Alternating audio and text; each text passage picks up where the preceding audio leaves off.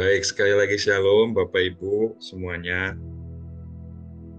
Pagi hari ini saya mau mengajak kita untuk em, makan bersama. Judul renungan saya, Mari Makan. Ya, Bapak Ibu, soal makan, soal minum, saya percaya ini menjadi sesuatu yang tidak lepas dari keseharian kita. Soal makan dan soal minum adalah hal yang sangat umum, sangat biasa kita lakukan di dalam hidup kita sehari-hari. Dan kemudian karena saking biasanya, karena ini adalah sesuatu yang kita terus-menerus lakukan, kadang makan bisa merupakan aktivitas yang udah nggak ada maknanya lagi, tidak berarti sebagai sesuatu yang ya kita kerjakan, kita nikmati sebentar, lalu lewat begitu saja, dan kemudian kita lupakan. Tetapi Alkitab memberikan beberapa perspektif atau beberapa sudut pandang yang kita bisa pelajari bersama-sama tentang makan. Ada beberapa hal yang ada di dalam orat-orat atau catatan saya yang mau saya sharingkan pagi hari ini, Bapak Ibu. Saya melihat bahwa yang pertama, makan itu adalah sarana pemeliharaan Tuhan kepada kita umatnya. Kita adalah orang-orang percaya yang dipelihara oleh Tuhan melalui berbagai macam hal, dipelihara setiap kebutuhan kita, dipelihara dari berbagai macam kesulitan-kesulitan, kita bisa melewatinya, itu semua karena pemeliharaan Tuhan.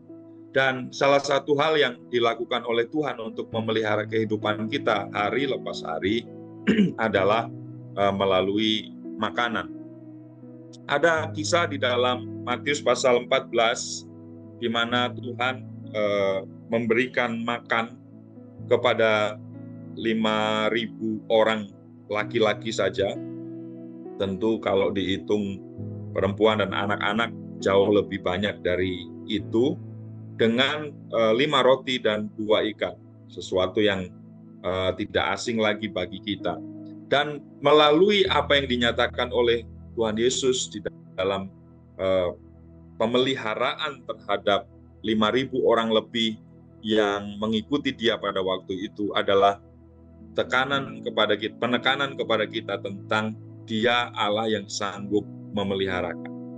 Dalam Matius 14 ayat 19 dan 20 dikatakan begini, lalu disuruhnya orang banyak itu duduk di rumput, dan setelah diambilnya 5 roti dan 2 ikan itu, Yesus menengadah ke langit dan mengucap berkat, lalu memecah-mecahkan roti itu dan memberikannya kepada murid-muridnya. Lalu murid-muridnya membagi-bagikannya kepada orang banyak, dan mereka semuanya makan sampai kenyang. Kemudian orang mengumpulkan potongan-potongan roti yang sisa 12 bakul penuh. Tuhan ingin menyatakan bahwa pemeliharaannya itu nyata, pemeliharaannya itu sempurna, pemeliharaannya itu adalah sesuatu yang dilakukan karena dia mampu, dia sanggup, dia bisa untuk hal tersebut. Dan melalui 5 roti dan 2 ikan yang menggambarkan tentang keterbatasan, yang menggambarkan tentang sedikit, menggambarkan tentang kemustahilan bagi kita manusia, diubah oleh Tuhan sebagai sebuah sarana untuk memelihara umatnya. Jadi Tuhan tidak pernah kewalahan, Tuhan tidak pernah merasa kesulitan dengan situasi dan kondisi apapun yang kita alami, karena dia bisa, karena dia sanggup untuk memelihara kita. Pagi hari ini kita belajar bahwa mungkin kita sedang berada di dalam situasi-situasi di mana kekurangan, kesulitan, situasi di mana tekanan-tekanan itu sedang terjadi di dalam kehidupan kita. Tetapi ingatlah bahwa Tuhan sanggup memeliharakan kehidupan kita dengan segala keadaan, dengan segala situasi dan kondisi. Dia mampu, dia bisa mengubah yang terbatas menjadi lebih dari cukup. Dia bisa mengubah yang tidak mungkin menjadi mungkin, yang mustahil menjadi sesuatu yang kita alami sebagai sebuah kenyataan yang pada akhirnya menunjukkan Tuhan berkuasa atas kita. Dalam kisah itu, Yesus juga menyatakan dirinya sebagai roti hidup yang memelihara bukan saja jiwa, tetapi juga memelihara tubuh kita. Saya rasa bukan kebetulan kalau Yesus lahir di Bethlehem, karena istilah atau kata Bethlehem itu berasal dari dua kata bait dan lehem. Bait artinya rumah, lehem artinya roti. Jadi Yesus yang lahir di rumah roti, Yesus yang adalah roti hidup itu adalah Yesus yang akan memeliharakan kehidupan kita. Bukan saja memelihara jiwa kita, tetapi juga kebutuhan-kebutuhan tubuh jasmani kita. Harga beras boleh naik, harga-harga yang lain kelihatannya juga akan menyusul, harga dasar listrik mungkin juga akan mengikuti. Kemudian biasanya menjelang Lebaran seperti ini, merangkak sedikit demi sedikit, lalu kemudian timbul kekhawatiran, timbul keluh kesah. Tetapi mari kita lihat, itu adalah sesuatu yang terjadi terus-menerus, terjadi dari tahun ke tahun, terjadi dari waktu ke waktu. Ada kekurangan, ada persoalan, ada pergumulan. Tapi Bapak Ibu, mari kita melihat, apakah sampai hari ini kita jadi orang-orang percaya yang nggak bisa makan. Kita jadi orang percaya yang sampai hari ini pernah mengalami, nggak terpelihara oleh Tuhan. Tidak pernah sama sekali. Karena Tuhan sanggup, Tuhan bisa, Tuhan akan menyatakan berkat-Nya, Tuhan akan menyatakan pemeliharaan. Saudara, dasar dari pemeliharaan Tuhan itu adalah belas kasihan-Nya yang sangat luar biasa. Belas kasihan-Nya yang besar.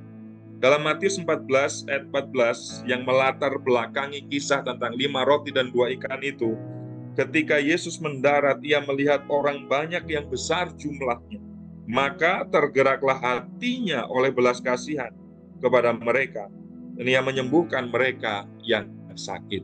Orang-orang banyak yang mengikuti dia, banyak yang mengalami kekurangan-kekurangan, mengalami sakit penyakit, mengalami berbagai macam hal buruk. Salah satunya juga mereka adalah orang-orang yang sudah kelaparan, membutuhkan makan. Di tengah-tengah situasi dan kondisi seperti itu, Tuhan adalah pribadi yang menyatakan belas kasihan. Saudara, kita semua ada di dalam wilayah belas kasihannya Tuhan. Dan belas kasihan Tuhan itulah yang akan menggerakkannya untuk mencukupi kebutuhan kita. Dia akan memelihara kita secara sempurna.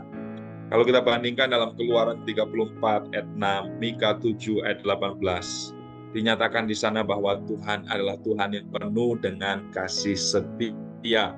Tuhan yang terus berada di dalam kesetiaannya yang sempurna itu. Dan salah satunya adalah kesetiaannya memeliharakan kehidupan kita.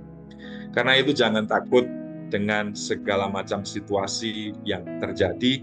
Tetaplah percaya bahwa Tuhan yang akan mencukupkan. Tuhan yang akan melimpahkan bahkan berkat-Nya kepada setiap kita. Jadi makan bukan hanya sekedar peristiwa jasmania semata-mata, tetapi makanan ingin mengingatkan kepada setiap kita bahwa Tuhan adalah Tuhan yang memelihara. Yang kedua, saya belajar dari persoalan ini, dari makan aktivitas yang kita lakukan sehari-hari ini sebagai sebuah sarana persekutuan. Tuhan ingin menyatakan bahwa makanan adalah sesuatu yang ada di dalam tangan-Nya. Dia memelihara kita dengan makanan itu. Dia mencukupkan, dia menyiapkan makanan. Tetapi dia juga mau menggunakan makan sebagai sarana persekutuan. Yesus menegaskan bahwa persekutuan secara jasmani dan rohani melalui makan bersama. Bahkan ketika dia mau mengajarkan tentang kematiannya, ketika dia mau mengajarkan tentang penebusan yang dilakukannya, yang dipakai oleh Tuhan Yesus itu adalah peristiwa sehari-hari ini tentang makan. Kita bisa lihat di dalam Lukas pasal 22 ayat yang ke-15 sampai dengan ayat yang ke-20. Lukas pasal 22 ayat 15 sampai 20 dikatakan demikian. Kemudian pergilah orang-orang Farisi, mereka berunding bagaimana mereka dapat menjerat Yesus dengan suatu pertanyaan. Mereka menyuruh murid-murid mereka bersama-sama orang-orang Herodian bertanya kepadanya, "Guru, kami tahu engkau adalah seorang yang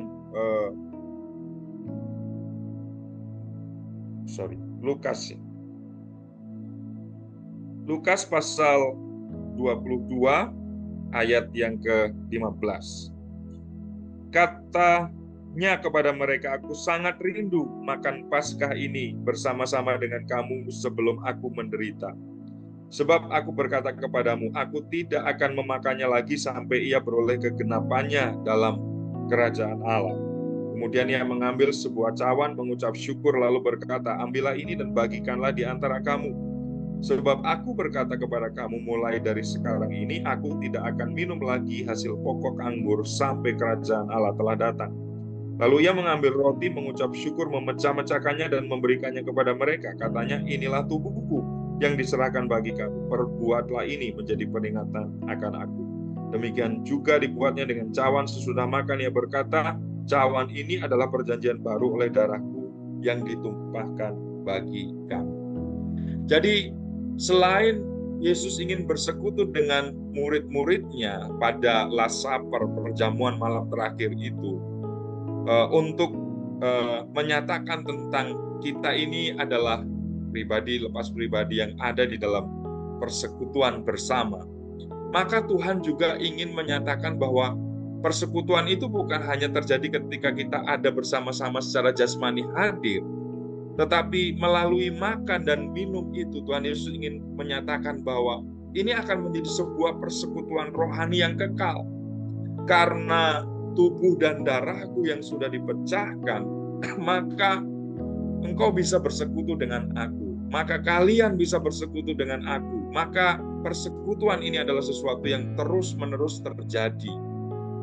Maka ini adalah sesuatu yang ketika kita melakukannya melalui perjamuan kudus, maka kita sedang mengingat bagaimana tubuh Yesus yang terpecah, darah Yesus yang tercurah bagi kita untuk persekutuan itu bisa terjaga.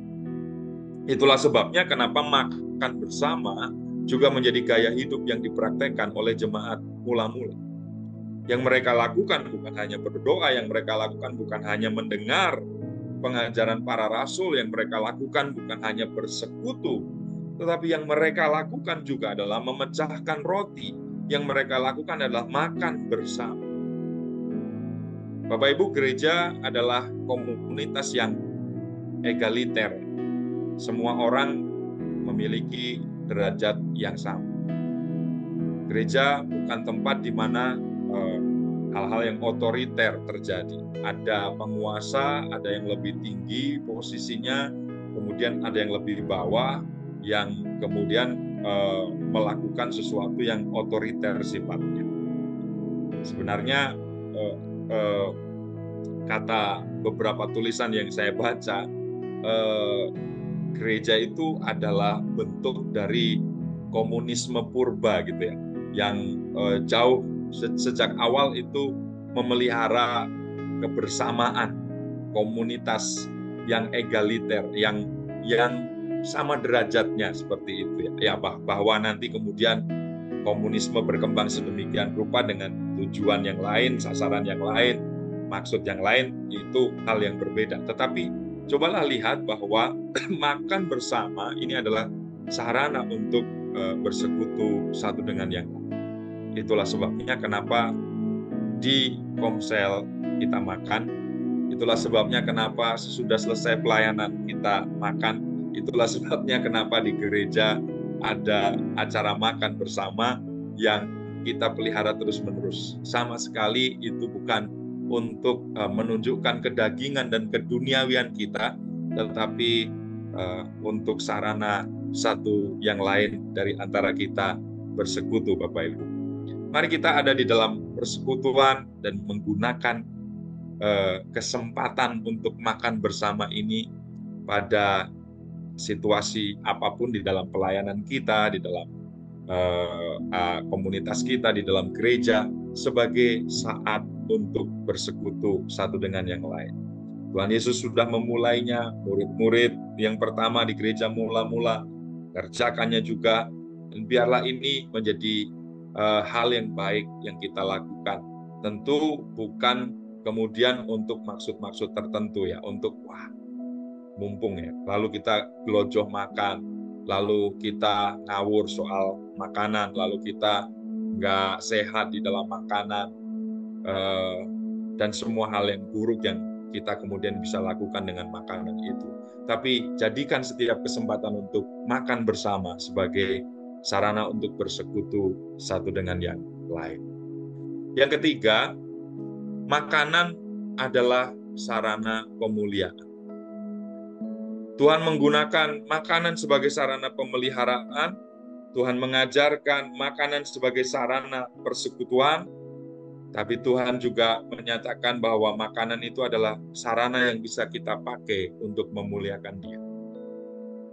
Kalau kita lihat tulisan Paulus dalam 1 Korintus pasal yang ke-8, 9, 10, maka 3 pasal itu adalah 3 pasal yang berbicara tentang makanan. Memang situasi kota Korintus adalah situasi kota di mana ada kuil Dewi Afrodit, yang salah satu ritual yang terjadi di dalam kuil itu adalah ritual yang berkaitan dengan makanan, mempersembahkan makanan kepada berhala, membuat daging binatang yang mati dicekik untuk dikonsumsi, dan hal-hal yang berkaitan dengan daging binatang yang kemudian juga akan dimakan seperti itu. Tetapi Paulus ingin menegaskan bahwa sebenarnya kalau bagi kita orang-orang percaya, makanan jasmani itu tidak ada kaitannya dengan kehidupan rohani. Maksudnya kalau kita baca di dalam 1 Korintus 8 ayat yang ke-8 dinyatakan begini. 1 Korintus pasal 8 ayat yang ke-8, makanan tidak membawa kita lebih dekat kepada Allah. Kita tidak rugi apa-apa kalau tidak kita makan, dan kita tidak untung apa-apa kalau kita makan. Jadi makanan kita tidak ada kaitannya dengan kita lebih dekat dengan Allah, kita jadi lebih jauh dengan Tuhan. Kira-kira seperti itu. Kalau kita makan, kita nggak untung secara rohani. Kalau kita nggak makan, kita juga nggak rugi secara rohani.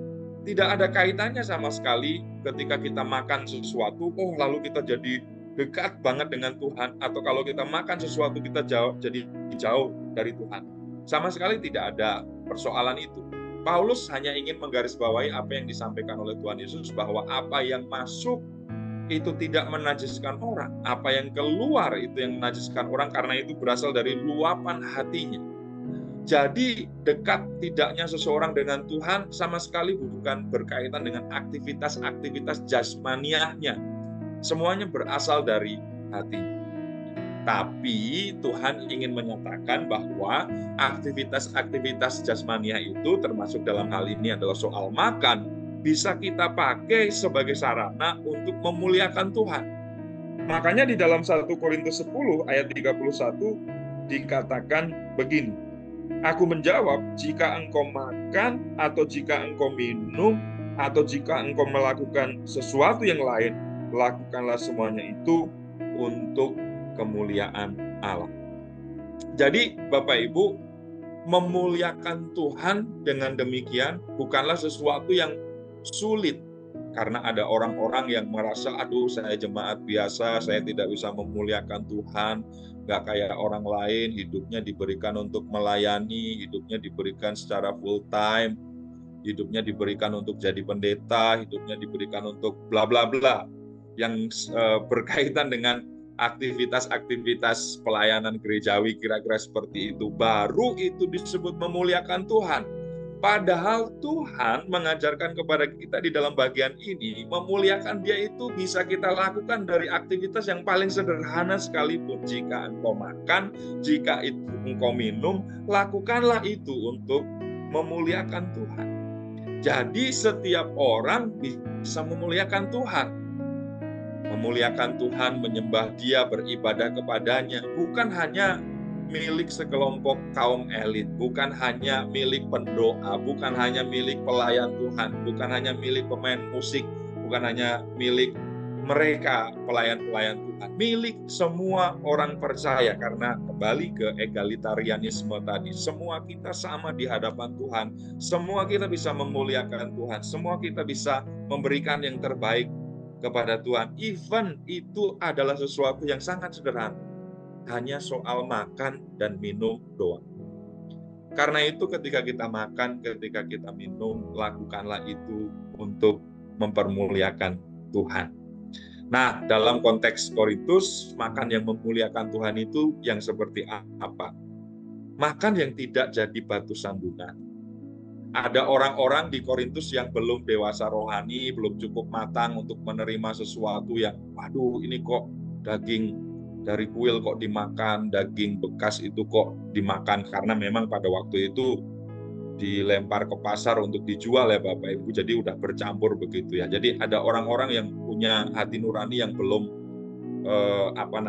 dewasa secara rohani, masih terganggu dengan itu. Paulus berkata, kalau kamu makan ada saudaramu yang terganggu, ya jangan makan. Dalam 1 Korintus 8 tadi ayat 12, ayat 13 dikatakan bahwa kalau makanan itu membuat saudaraku tersandung, aku tidak akan makan selama-lamanya, kata Paulus. Jadi kalau kita makan, mari kita pastikan bahwa tidak ada orang yang tersandung di dalam persekutuan kita, supaya makanan yang kita konsumsi, supaya kita ketika makan dan minum, kita sedang memuliakan Tuhan. Lalu yang berikutnya, makanan yang memuliakan Tuhan itu yang seperti apa? Yang sesuai, yang pas, yang tahu takarannya. Dalam 1 Korintus pasal yang ke-8,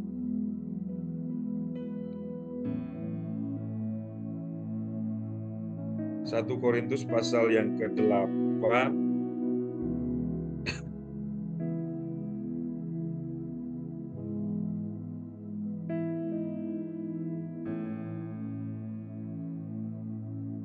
ayat 23, 1 Korintus 10 maksud saya, ayat 23 dan 24 berkata seperti ini, segala sesuatu diperbolehkan, benar, tetapi bukan segala sesuatu berguna. Segala sesuatu diperbolehkan, benar, tetapi bukan segala sesuatu membangun. Jangan seorang pun mencari keuntungannya sendiri, tetapi hendaklah tiap-tiap orang mencari keuntungan orang lain. Meskipun segala sesuatu terkait dengan makanan itu diperbolehkan, tapi mari kita belajar untuk tahu takarannya. Karena tidak semua yang kita makan berguna, tidak semua yang kita makan membangun. Mari kita belajar untuk sesuai dengan apa yang disampaikan oleh Om Julius. Kalau sedikit halal, kalau banyak haram. Itu berarti Om Julius sedang mengajarkan tahu takaran. Kita harus ngerti ukurannya, supaya apa yang berguna, apa yang membangun, itulah yang kita lakukan di dalam aktivitas ini. Dalam soal makan, dalam soal minum. Jangan seorang pun mencari keuntungannya sendiri, tetapi hendaklah tiap-tiap orang mencari keuntungan orang lain. Kiranya renungan singkat pagi hari ini menjadi bahan perenungan bagi kita semua. Dan sesudah doa pagi ini, mari kita makan bersama-sama di rumah kita masing-masing.